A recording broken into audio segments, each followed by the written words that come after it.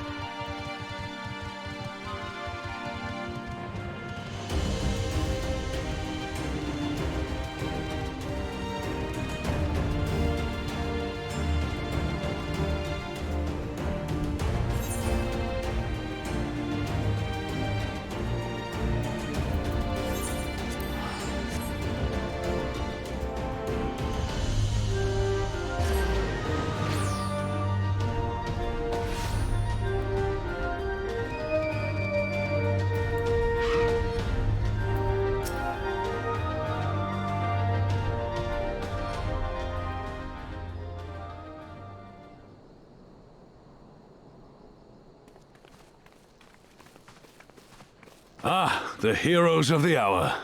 Not content with securing the residential district, you gifted me an Imperial commander. What are you after, a medal? The work is its own reward, General.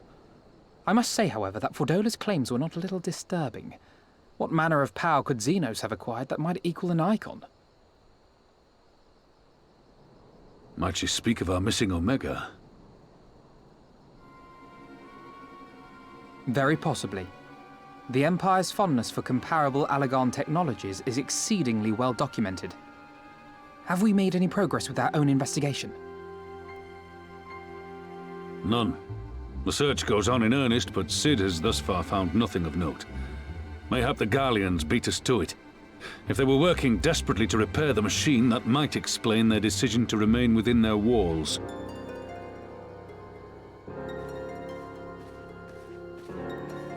Ah, Lise.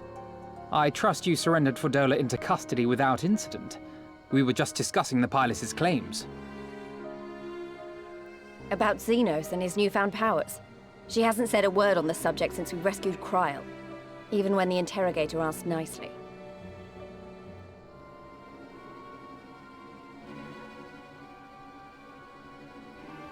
Mayhap I can offer some insight into her claims, or at least into the facility and the experiments they conducted during my time there.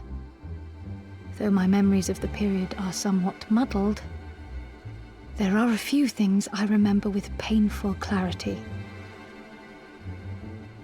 Thancred told us only that Fordola had undergone some manner of treatment. Yes. It is a place wholly dedicated to the creation of enhanced beings, whom they refer to as the Resonant. As I understand it, the process aims to imbue a test subject with the qualities of an individual with demonstrated magical aptitude. This entails the mechanical extraction and transfusion of some manner of primordial essence. So that's how Fordola improved so fast. I knew there had to be something. She wasn't half as strong or quick to predict my attacks when we first met. If it weren't for Oriange's siphon thingy, I really don't think we'd have beaten her. My humble scheme asked far more in the execution than it required in the conception, I do assure thee. Oh, you've got to stop doing that. In calling upon Lady Alisaie after her defeat, I was most intrigued to learn of the apparent effortlessness with which Fordola countered her attacks. 'Twas as if she knew the blade's destination ere its journey began.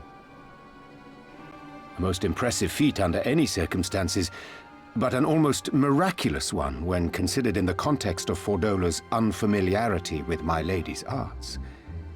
How then could she so perfectly predict an unknown opponent's every move?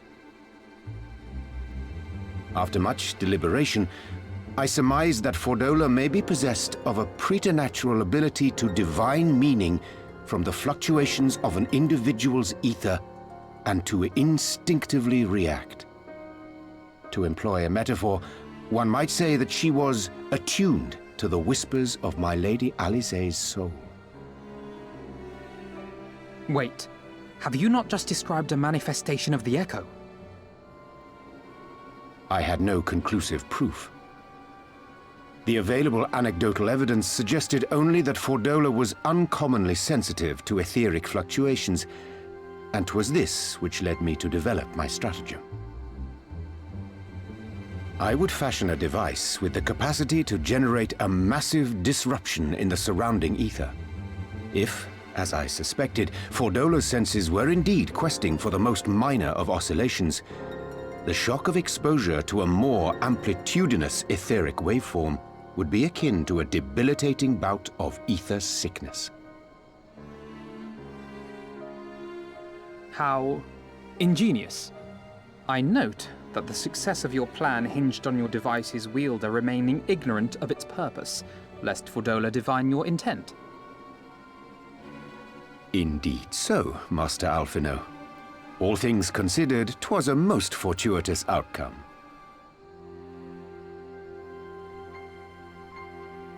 That's putting it mildly. In any event, if Urianger is correct, that would mean these Resonant have been granted the power of the Echo via artificial means. A sobering thought, to say the least, and one which makes me wonder what else Xenos has in store. Whatever the Viceroy's newfound powers, I know of none better equipped to face him. And face him you must. For there is now but one path forward, and it leads straight to Alamigo. And it's not as if we came unprepared. We've got all our friends and allies fighting for the same thing. Honestly, right now, I feel like we could take on anyone and win. And I mean anyone.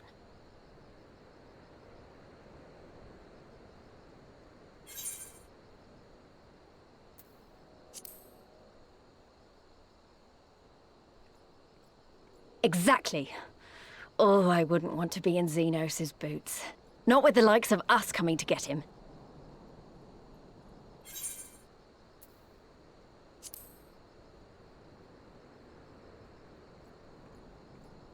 Well, no one's saying we shouldn't be cautious. Though maybe I was getting a bit carried away.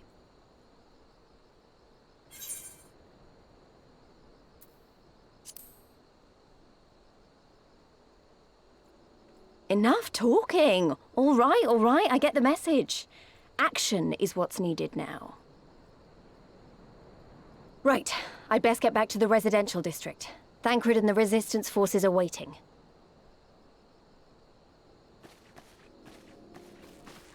It is time we join the main host.